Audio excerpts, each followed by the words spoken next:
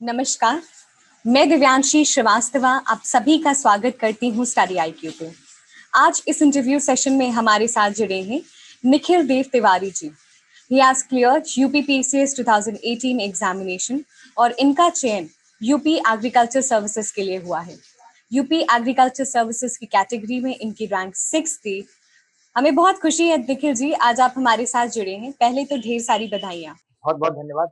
और मैं आपकी वीडियो के माध्यम से सभी लोगों को कहना चाहता हूँ कि स्टडी आईक्यू ने मुझे यहाँ पे इनवाइट किया, तो lot of thanks from the depth of my heart that they have given me the opportunity to share my experience to everyone those who are watching our video. Nikhil ji, थोड़ा सा अपने बारे में हम सभी को बता दें। हमें पता है now you are an agriculture officer, but उसके पहले आपकी क्या ग्रेजुएशन रहा है आपका? मैम, मैं एक उत्तर प्रदेश के एक छोटे से शहर फरुखाबाद का रहने वाला हूँ, और मेरी schooling 10th and 12th both मेरी गाजियाबाद से हुई थी। And then for my graduation I move to Noida, और वहाँ से मैंने एमआईटी यूनिवर्सिटी नोएडा से मैंने अपना ग्रेजुएशन किया था, जो कि बीएससी इन एग्रीकल्चर से ही था। Then 2017-18, in the mid of 2017 and 18, I started preparing for the civil services, and in the first attempt in 2018, I cleared this UPPCS exam. So that was a short journey. Sir, जैसे आपने बताया कि आप BSc in agriculture हैं, उसके बाद आपने clear किया UPPCS examination and you are selected for the post of UP agriculture officer. तो सर, इस पर्टिकुलर पोस्ट के लिए क्या कुछ प्री रिक्वायरमेंट्स होते हैं ग्रेजुएशन में, post graduation, something like that? Ma'am, ये यूपी एग्रीकल्चर सर्विसेज करके इसका पूरा एक सर्विस होती है। इसमें 3 पोस्ट होती हैं basically, and out of 3 you can given any after you got selected in the examination.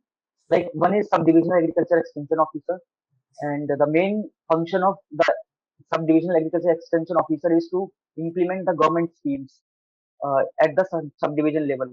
And other is District Agriculture Officer, and one is Soil Conservation Officer. अ, तो मैम, इसके लिए जो प्रेरिक्विजिट चीजें होती हैं वो होती हैं कि आपका आपका जो ग्रेजुएशन होना चाहिए वो बीएससी इन एग्रीकल्चर एटलीस्ट होना चाहिए। और उसके बाद में एमएससी इसके लिए जरूरत नहीं पड़ती है, मतलब बीएससी तो होनी चाहिए आपके पास। अगर एमएससी है तो वेल एंड गुड, नहीं है तो कोई इशू नहीं होगा इसके लिए। जैसे हम सभी को पता है 2018 पीसीएस के माध्यम से you are selected as agriculture officer. Sir, क्या वर्क प्रोफाइल है करंटली आपकी? Ma'am, right now I am initial at the initial level they used to give the designation of sub divisional agriculture extension officer for around period of 1 और 1.5 year. Ma'am, इसमें होता क्या है कि जो भी गवर्नमेंट की स्कीम्स होती है, जैसे पीएम किसान सम्मान निधि स्कीम, जो कि बहुत ज्यादा चलित है इस समय, बहुत लोग इसका लाभ उठा रहे हैं किसान, तो वो ग्राउंड पे कैसे इम्प्लीमेंट होनी है सारी स्कीम्स, तो उसको हम सुपरवाइज करते हैं basically. And we have a team of more than 40 members जो कि हमारे अंडर में काम करती है, उसको सुपरवाइज करने का काम, इम्प्लीमेंटेशन का करने का काम, और गवर्नमेंट को रिपोर्टिंग करने का काम हमारा होता है बेसिकली। सर, जैसे आपने बताया कि डिफरेंट डिफरेंट गवर्नमेंट की स्कीम्स को आप लोग किस तरीके से इम्प्लीमेंट करते हैं, मैं आपको थोड़ा सा आपके प्रिपरेशन डेज में ले जाना चाहती हूँ। आपने पहले ही अटेम्प्ट में यूपी पीसीएस एग्जामिनेशन जैसा बड़ा एग्जामिनेशन क्लियर कर लिया था। कॉलेज से ही आपने प्रिपरेशन थोड़ी थोड़ी शुरू कर दी थी। जो कॉलेज गोइंग स्टूडेंट्स हैं उनको किस तरीके से एग्जामिनेशन को अप्रोच करना चाहिए और एकदम स्क्रैच से तैयारी शुरू करनी है?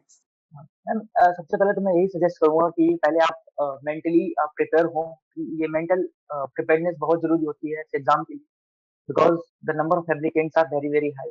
आपको आपको बहुत अच्छा करना पड़ेगा, तभी आप उनसे आगे जा सकते हैं। तो पहला तो मेंटल अप्रोच आपकी होनी चाहिए कि हाँ, मुझे एग्जाम करना है। तो मैम, पहली चीज है कि प्रीलिम्स के लिए और मेंस के लिए लोग कहते हैं कि प्रीलिम्स के लिए कैसे तैयारी करनी चाहिए, मेंस के लिए कैसे तैयारी करनी चाहिए।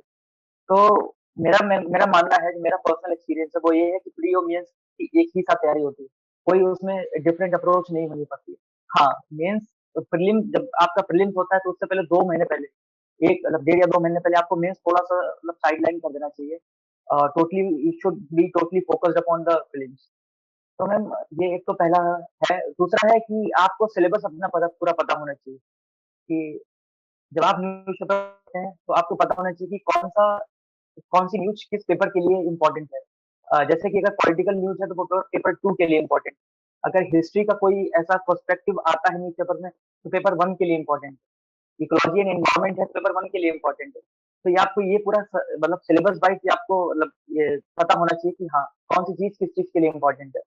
देन मैम सबसे इम्पोर्टेंट चीज़ है कि आपका ऑप्शनल आपको पता होना चाहिए कि आप किस ऑप्शनल के साथ एग्ज़ाम में बैठने जा रहे हैं और वो ऑप्शनल आपका लिप्स एंड टिप्स होना चाहिए, तभी आप अच्छा स्कोर कर सकते हैं। This is the basic the approach that one should follow. Sir जैसे आपने बताया कि सिलेबस से वेल वर्स्ड होना चाहिए और पता होना चाहिए कि कौन सी न्यूज, कौन से कंटेंट हम कौन से पेपर के लिए इस्तेमाल करेंगे। सर बहुत जरूरी होता है ये समझना कि क्या नहीं पढ़ना है। आप उसको थोड़ा सा समझा दें क्योंकि ये बहुत ही ट्रिकी बात है। हाँ, बिल्कुल। अ, ये इम्पोर्टेंट है कि क्या हमें पढ़ना है, क्या नहीं पढ़ना है। तो उसमें बेसिकली सबसे ज़्यादा इम्पोर्टेंट यही होता है कि क्या छोड़ना क्या है हमें, जो पढ़ना नहीं चाहिए हमें। तो मैम आपको थोड़ा-सा बड़ा चूज़ी होना पड़ता है कि सिलेबस बहुत ज़्यादा होता है, कॉम्पिटिशन बहुत ज़्यादा होता है। तो थोड़ा-सा सिलेबस को लेकर के आपको चूज़ी होना पड़ता है। छोड़ना इन द सेंस क्योंकि सारी चीज़ें आप नहीं पढ़ सकते हो एक साथ। तो छोड़ो वो जो पिछले 10-12 सालों से सिलेबस में है बट आया नहीं है एग्ज़ाम में, है ना? तो वो चीज़ आपको मतलब आप छोड़ सकते हो। मैं ये नहीं कह रहा कि आप छोड़ दो उसे बट ये छोड़ मतलब ये रिस्क लिया जा सकता है। और न्यूज़पेपर पढ़ रहे हो तो बेसिकली चीज़ें लोग छोड़ देते हैं, जैसे स्पोर्ट्स है, उसे छोड़ देते हैं। है ना? पीसीएस के लिए बड़ा इम्पोर्टेंट है, क्विज़ में सारे प्राइज़ेज़ वगैरह पूछते हैं। बट उसके लिए एक सेपरेट बुक आती है, जैसे घटना चक्र है या फिर स्टडी आईक्यूज़ के कुछ वीडियोज़ हैं जो कि करंट अफेयर्स कवर करते हैं यूपी के लिए। आप उससे जा सकते हैं, आप उससे टाइम सेव कर सकते हैं न्यूज़पेपर से। आप और साइंस एंड टेक आप पढ़ सकते हैं, बट मुझे नहीं लगता कि यूपी पीसीएस के लिए उतना ज़्यादा इम्पोर्टेंट न्यूज़पेपर से इतना ज़्यादा इम्पोर्टेंट है वो। करंट अफेयर्स आते हैं, करंट अफेयर्स पढ़ सकते हैं आप। तो बेसिकली चीज़ें होती हैं एडिटोरियल्स क्योंकि यूपी पीसीएस ने अपना जो फॉर्मेट है वो यूपीएससी से थोड़ा-सा मतलब एकदम कॉपी कर रखा है। तो मेंस के लिए आपको एडिटोरियल्स पे ज़्यादा फोकस करना पड़ेगा और बेसिक चीज़ें जितनी भी होती हैं जैसे एनवायरनमेंट से लेकर के थोड़ी ना थोड़ी कोई ना कोई अपडेट आती रहती है। लॉज़ बनते रहते हैं, अमेंडमेंट होते रहते हैं। पेपर 2 के लिए पॉलिटिक्स में या पॉलिटी में अमेंडमेंट्स होते रहते हैं। तो आप उनसे थोड़ा-सा अपडेटेड रहिए। सर जिस प्रकार आपने बताया कि क्या नहीं पढ़ना है, ये बहुत इंपॉर्टेंट एस्पेक्ट होता है एग्जामिनेशन से रिलेटेड। न्यूज़पेपर कौन सा पढ़ना है, ये काफी सारे डिलेमास रहते हैं, तो आपने आपके लिए क्या स्ट्रैटेजी अपनाई थी? मैम बेसिकली जब भी हम स्टार्ट करते हैं प्रिपरेशंस अपनी, तो किसी ना किसी का गाइड चाहिए होता है, गाइडेंस चाहिए होता है। मेरे दोस्त थे, मेरे भाई वगैरह थे, तो उनसे गाइडेंस मिलता रहा। तो बेसिकली उन्होंने मुझे स्टार्टिंग में यही बताया था कि आप इधर यू चूज़ द हिंदू और यू चूज़ इंडियन एक्सप्रेस। तो आप दोनों में से कोई भी एक न्यूज़पेपर चूज़ कर सकते हैं। और इसमें इसमें मतलब 2 साथ अगर पढ़ेंगे तो मतलब it is nothing but a waste of time. आप 2 साथ मत पढ़िए। हाँ, एडिटोरियल आप कवर कर सकते हैं दोनों के, बट पूरा न्यूज़पेपर दोनों को एक साथ पढ़ना I think that is quite impossible और होना भी नहीं चाहिए ये। तो आप दोनों में से कोई भी न्यूज़पेपर कवर कर रहे हैं, तो it is well and good. Sir आपने जब अपनी प्रिपरेशन शुरू की होगी तो बहुत सारे डाउट्स होते हैं और ये ऑब्वियस भी है, सभी एस्पिरेंट्स के मन में होते हैं। उन डाउट्स को किस तरीके से टैकल किया और आज आपका जब पहले ही अटेम्प्ट में क्लियर हो गया, तो आप उन डाउट्स के बारे में क्या सोचते हैं? अ, पहले तो मैंने कई सारे वीडियोज़ देखे थे जो भी टॉपर्स रहे हैं, चाहे वो यूपीएससी के रहे हों, चाहे वो पीसीएस के रहे हों। या फिर जो जितने भी मतलब जो टीचर्स थे, वो एक चीज़ बताते हैं कि कौन-कौन सी गलतियाँ जो लोग करते हैं, है ना? कि हमने ये नहीं किया तो जो टॉपर्स होते हैं बताते हैं कि हमने ये नहीं किया था तो हमें वो 3rd अटेम्प्ट में करना पड़ा, हमें वो 4th अटेम्प्ट में करना पड़ा। तो आप उन गलतियों को देखें, शायद वो वही गलती आप भी कर रहे हों। और ये इस तरीके की चीज़ें होती हैं, तो डाउट्स भी थे कि क्या अगर हम ये स्टार्ट की है जर्नी हमने, तो क्या वो एंड मतलब सक्सेसफुली एंड होगी कि नहीं होगी? बट आपको ये फर्स्ट अटेम्प्ट में तो ख़ैर नहीं आनी चाहिए ये सब चीज़ें, कि आप कर रहे हो, फ्री ऑफ माइंड कीजिए और अपना अटेम्प्ट अच्छे से दीजिए। प्री के लिए अगर पहले तैयारी कर रहे हैं, तो you should be more focused upon pre. आप उस समय मेंस के लिए मत देखिए। Once you clear prelims, then you should focus upon the mains. तो आप मतलब आप उसके बाद वाइज़ चलिए, पेपर वाइज़ चलिए। अब ये नहीं कि प्रीलिम्स आपने क्वालीफाई किया and then you are thinking about interview. ये नहीं हो सकता है कभी भी। आपने प्रीलिम्स क्वालीफाई किया तो आप पूरा फोकस आपका 100% फोकस आपका होना चाहिए मेंस के ऊपर। And once you clear the mains then you should tilt towards the interview and you start preparing for the interview। तो ये है यही इसी तरीके की मतलब चीज़ें थी हमारे साथ। बट उतना उतना ज्यादा डाउटफुल नहीं हुआ कभी, क्योंकि फर्स्ट अटेम्प्ट था। हाँ, उसके अगर वो सक्सेसफुल नहीं होता तो हाँ, डाउट्स होने मतलब हो सकते थे। सर आपने बहुत ही अच्छे से समझाया कि जो फर्स्ट टाइमर्स होते हैं, जो फर्स्ट अटेम्प्ट देते हैं, उनको बहुत सारी चीजों को सोचना नहीं है, simply they need to go with the flow and trust in the process. Obviously obviously. Sir mains की बात करें तो जब हम आंसर राइटिंग की बात करते हैं तो एस्पिरेंट्स के मन में ये भी डिलेमा रहता है कि कब से शुरुआत करें, कब से डेली आंसर्स लिखें या फिर फुल लेंथ मॉक टेस्ट दें। तो आपने अपने लिए क्या किया था? मैं एक अविड राइटर था, और राइटर का मतलब है कि मैं आंसर लिखता रहता था। स्पेशली मेरा मेरा जो ऑप्शनल पार्ट था वो थोड़ा-सा ठीक था स्टार्टिंग से ही, तो मुझे पता था कि ऑप्शनल में मुझे कब टाइम देना है। तो वो मैंने थोड़ा-सा वो एग्ज़ाम से पहले थोड़ा-सा रखा था कि ऑप्शनल पहले कर लूँगा या 1.5 महीने पहले कर लूँगा। तो मेरा जो पूरा ध्यान था वो जीएस राइटिंग पे था, और आंसर राइटिंग करते रहिए। क्योंकि अगर आप सोचते होंगे, जो भी एस्पिरेंट्स हैं वो सोचते होंगे कि नहीं, मैं मेंस से 2 महीने पहले आंसर राइटिंग कर लूँगा तो मैं मतलब कर सकता हूँ मेंस में। वो ऐसा पॉसिबल नहीं होता है। आपको लगता है लेकिन पॉसिबल नहीं होता। 20 क्वेश्चंस को अटेम्प्ट करना is also one of the task. आपको वो अटेम्प्ट करना है, और उसके बाद में अगर आपको अच्छे नंबर लेके आने हैं, अच्छे मार्क्स लेके आने हैं, तो आपको उसे विद परफेक्शन आपको सारे आंसर्स करने पड़ेंगे। तो आंसर राइटिंग करते रहिए, और बेसिकली अगर आप पूछ रहे हो कि कब से फ्लो में करना है, तो बेसिक मतलब प्रीलिम से पहले-पहले तक आप पूरा कर लो, 2 महीने पहले प्रीलिम से आप आंसर राइटिंग में रहो, and then after clearing the prelims आप स्टार्ट हो जाओ आंसर राइटिंग के लिए। और फिर आपको ऑप्शनल के भी आपको देखना पड़ेगा आंसर राइटिंग के लिए, और जीएस का भी देखना पड़ेगा। और ऐसे भी आपको लिखते रहने पड़ेंगे, क्योंकि वो सारा का सारा एक साथ मिक्सअप हो जाएगा आपको, और हर हर चीज़ आपको एक साथ करनी पड़ेगी। तो यही है, इसमें यही स्ट्रेटेजी है जो कि फॉलो मैंने की थी बेसिक। केस स्टडीज बहुत इंपॉर्टेंट है, एथिक्स का हिस्सा होती है और आपको इंटरव्यू में भी काफी हेल्प करती है सिचुएशनल क्वेश्चंस को फेस करने के लिए। अब केस स्टडीज को अप्रोच किस तरीके से करना है, कैसे केस स्टडीज के लिए आंसर करें सभी एस्पिरेंट्स जो इस एग्जामिनेशन को दे रहे? पहले तो कभी भी केस स्टडीज हम लोग करते हैं तो पहले तो आपको पूरा केस पढ़ना चाहिए, क्या केस क्या कह रहा है, एंड देन आपको इश्यू पकड़ना चाहिए कि what is the actual issue involved in this particular case study. And then दूसरा पार्ट होता है केस स्टडी का कि एथिकल डिलेमा, क्योंकि हर एक जो केस स्टडी होती है उसमें एथिकल डिलेमा होता है। एथिकल डिलेमा को आपको सर्च करना पड़ेगा उसमें कि एथिकल डिलेमा क्या है, किन दो चीजों के बीच में एथिकल डिलेमा है। उसके बाद में आपकी अप्रोच क्या होनी चाहिए। और बेसिकली कई सारी थ्योरीज होती हैं, जैसे वेंथम की थ्योरी है, या फिर सात्रे की थ्योरीज हैं।